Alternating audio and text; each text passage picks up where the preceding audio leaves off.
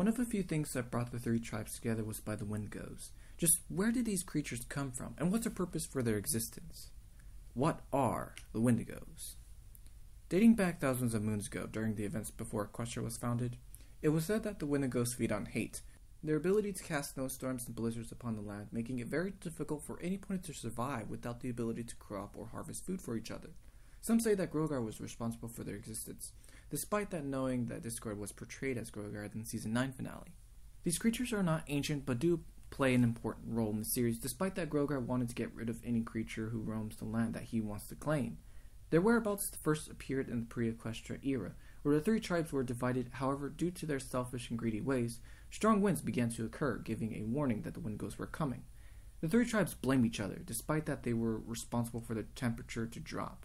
They made situations worse, and thus the Windigos have appeared. The Windigos are non-biological organisms, or perhaps spiritual entities. If I had to take a guess, they approximately appear to be at least 129.5 feet long in length. They appear to have a transparent-like body with small glowing eyes. The back hind legs seem to be absent, as if both legs were to be merged into a single limb or tail. Most features such as their front hooves and snout area appear to resemble a horse, or another animal in the Equity family branch.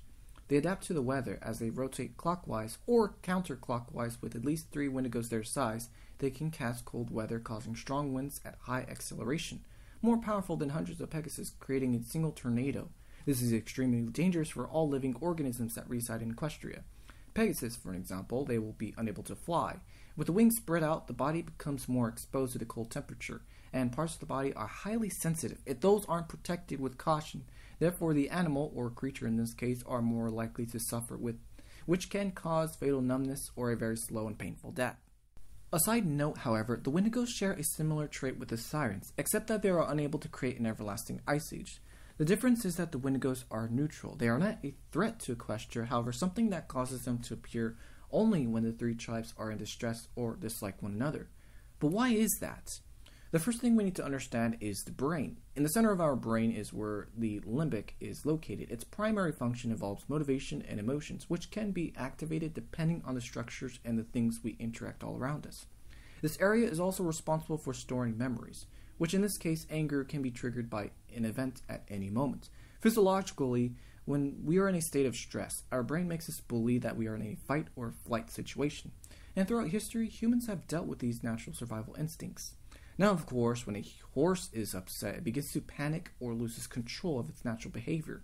But this does not support the fact what anger has to do with the Windigos feeding on its power.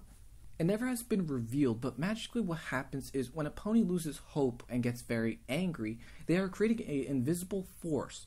We see this often in the series with many characters, and that raw energy is what makes someone lose control of themselves, and therefore drawing an excessive amount of power created by anger.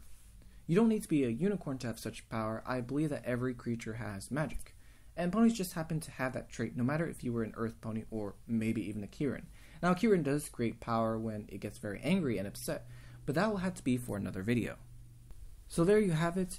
This has been my explanation on the lore of the Windigos from My Little Pony Friendship is Magic. I hope you enjoyed the video, or at least learned something. If you would like to see more content like this, then be sure to subscribe and comment below your character suggestions.